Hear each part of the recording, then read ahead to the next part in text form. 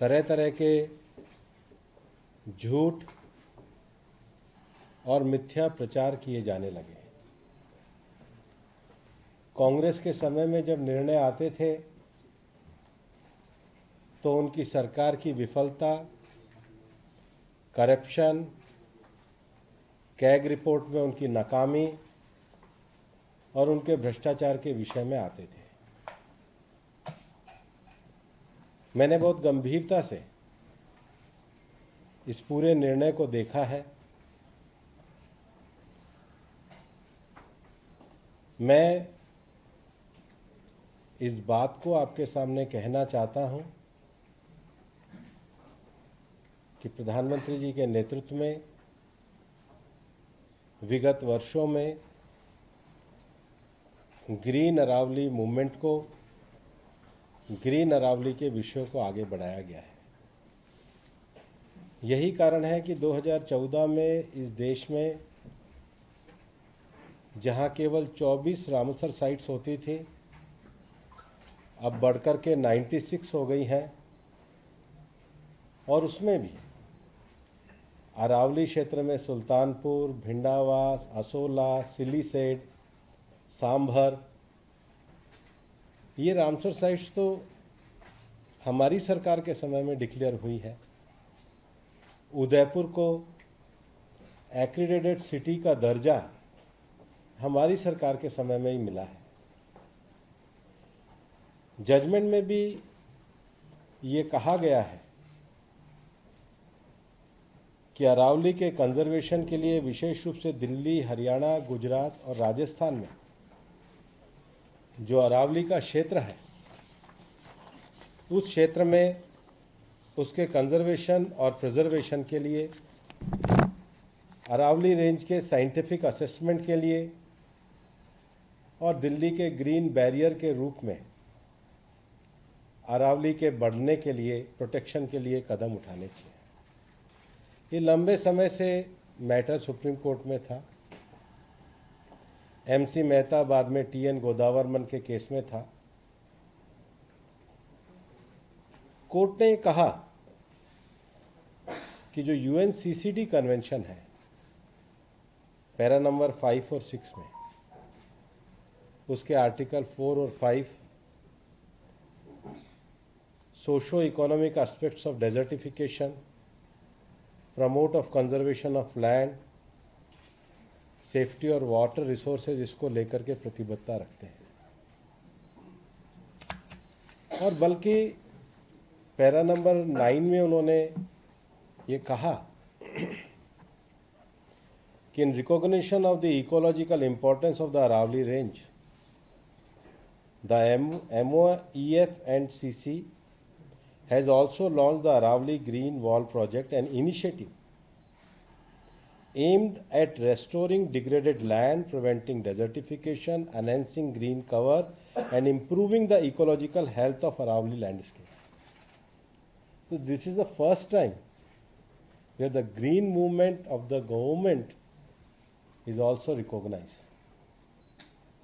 चाहे कैंपा के द्वारा अरावली में ग्रीन हो, चाहे ग्रीन इंडिया मिशन के द्वारा हो, चाहे रामसर साइट्स को डिक्लेयर कराने का विषय हो, चाहे स्वयं प्रधानमंत्री जी के द्वारा विगत 2 वर्षों में दिल्ली में वृक्षारोपण का विषय हो, चाहे कंपनसेशन अफॉरेस्टेशन में गुड़गांव की 10,000 एकड़ जमीन को रिजर्व करने का विषय हो, चाहे गुड़गांव में 750 एकड़ में ग्रीन क्रेडिट के माध्यम से डिग्रेडेड फॉरेस्ट को रेस्टोरेशन करने का विषय हो, और ऐसे अनेकों विषय सरकार के द्वारा किए गए। मैं आपको ये भी कहना चाहता हूं कि कोर्ट ने ही अरावली हिल्स और अरावली को लेकर के एक टेक्निकल कमेटी का गठन किया, और only the restricted purpose of mining, क्योंकि पहले ऐसा होता था कि किसी भी जगह पे जाके माइनिंग होती थी, कोई तय नहीं होता था कि अरावली हिल और अरावली क्या, but this is also restricted to the purpose of mining. और इसलिए जो 100 मीटर का विषय है मैं कल भी इसको क्लियर कर चुका हूँ, टॉप से धरातल तक, और धरातल में भी उस लैंडफॉर्म जिस फॉर्मेट में है वहाँ का मिनिमम लोएस्ट एरिया है, उस लैंडफॉर्म जिसमें वो सिचुएटेड है, वो अरावली पर्वत और अरावली रेंज का अर्थ है उसके 500 मीटर के अंतर्गत। कई लोग कई तरह की बातें कह रहे हैं, कुछ हमारे वरिष्ठ नेता लोग भी भ्रामक ट्वीट कर रहे हैं। सबसे पहले मैं क्लियर कर दूं, एनसीआर रीजन में माइनिंग अलाउ ही नहीं है। एनसीआर का अर्थ हो गया दिल्ली, गुड़गांव, फरीदाबाद, नूह और जहाँ तक अलवर का एनसीआर लगता है। तो जब एनसीआर रीजन में माइनिंग ही अलाउ नहीं है तो उनका तथ्य ही झूठा है। दूसरा, ये डेफिनेशन आने के बाद भी इस निर्णय में ही ये कहा गया है कि अभी कोई नई माइनिंग लीज ही नहीं दी जाएगी, बल्कि कोर्ट ने अपने निर्णय में ये कहा है, जो पैरा नंबर 38 में है,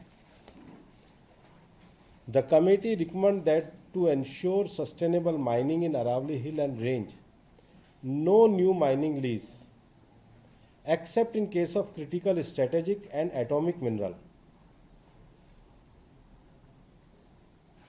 तो कोई नई माइनिंग की वो विषय नहीं है।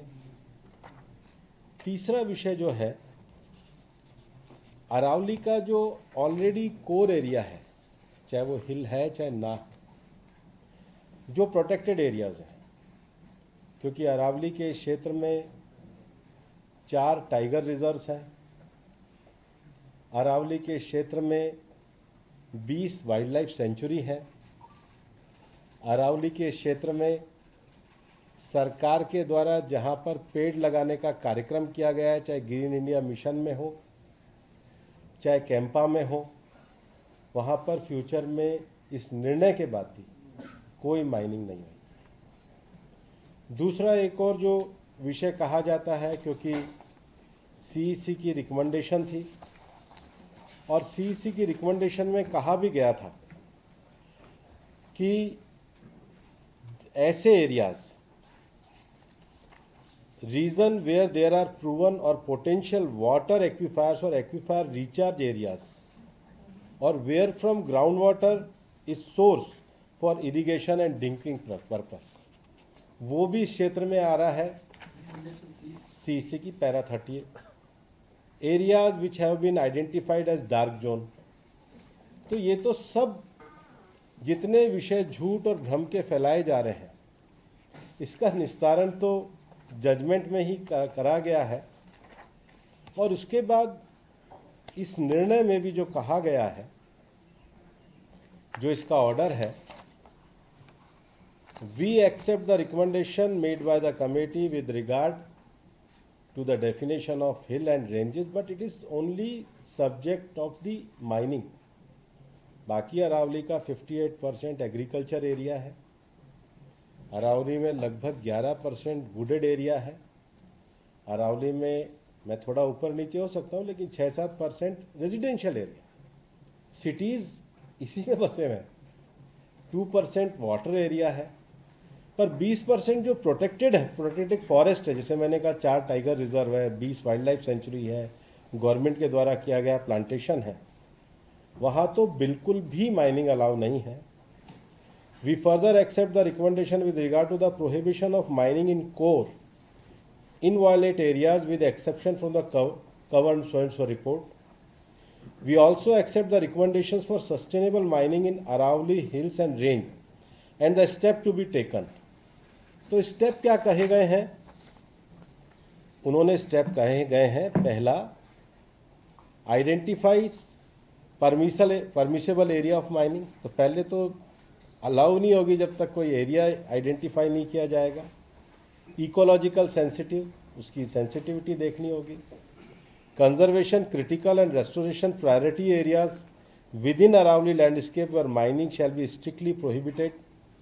or permitted only under exceptional and scientifically justified circumstances. तो ये तो अरावली के प्रोटेक्शन के लिए है. Incorporate a thorough analysis of cumulative environmental impacts and ecological carrying capacity of the region, वो भी देखनी होगी. Include detailed post mining restoration and rehabilitation measures. और उससे पहले भी ये कहा गया है कि इसका मैनेजमेंट प्लान बनाना पड़ेगा. MPSM, management plan for scientific management. We further direct that till the MPSM is finalized by the Ministry of Environment Forest through ICFR, no new mining lease should be granted. और मैं आपको ये कहना चाहूँगा कि निर्णय में जहाँ पहले तो अरावली के ग्रीन वॉल प्रोजेक्ट्स को जो सरकार के द्वारा चलाया गया उसको अप्रिशिएट किया है. This is the first time मैं एक पैरा 37 कोट करना चाहूँगा. Taking all this aspect into consideration, we are of the considered view that while proposed to accept the report of the committee constituted by Ministry of Environment pursuant to the order passed by this court, it would also be best interest of ecology and environment that a similar study was conducted by Saranda, Jharkhand by ICFR is also conducted for Aravali. तो जो हमारा institute है उसकी जो study है, उसका जो recognition है, उसके जो स्टैंडर्ड्स हैं, उनको भी कोर्ट ने अप्रूव किया. ये सरकार पूरी तरीके से पर्यावरण के लिए प्रतिबद्ध है. कुछ दिनों पहले तो यूनाइटेड नेशन की जो FAO की रिपोर्ट आई है उसमें भी हिंदुस्तान का स्तर बढ़ा है, कोर फॉरेस्ट एरिया का बढ़ा. ये हमारा यूनाइटेड नेशन रिपोर्ट है, आप लोगों ने 1 महीने पहले देखी है. कोर्ट ने भी अपने जजमेंट में अरावली ग्रीन इनिशिएटिव को कहा है. कोर्ट ने भी अपने जजमेंट में ICFR के स्टैंडर्ड्स को उन्होंने किया है.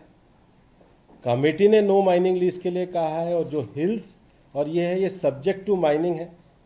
एक लंबे समय से कांग्रेस के शासनकाल में राजस्थान में इलीगल माइनिंग होती रही, उसको वो लोग प्रोटेक्ट करते रहे. आज उन्हीं को दर्द सबसे ज़्यादा है. निर्णय के एक एक बिंदु को पढ़ने के बाद मैं आपको कहना चाहता हूँ कि ये जो साइंटिफिक मैनेजमेंट प्लान की बात करी है, इसके हिसाब से ही हम अरावली में विकास के लिए प्रतिबद्ध हैं. सरकार इकोलॉजी और इकोनॉमी को साथ साथ लेकर के चल रही है. जो झूठ बोल रहे हैं उनका झूठ बेनकाब धीरे धीरे हो रहा है. और झूठ के कोई पैर नहीं होते हैं, वो अपने आप ही अपने ही झूठी चीज़ों से समाप्त हो रहे हैं.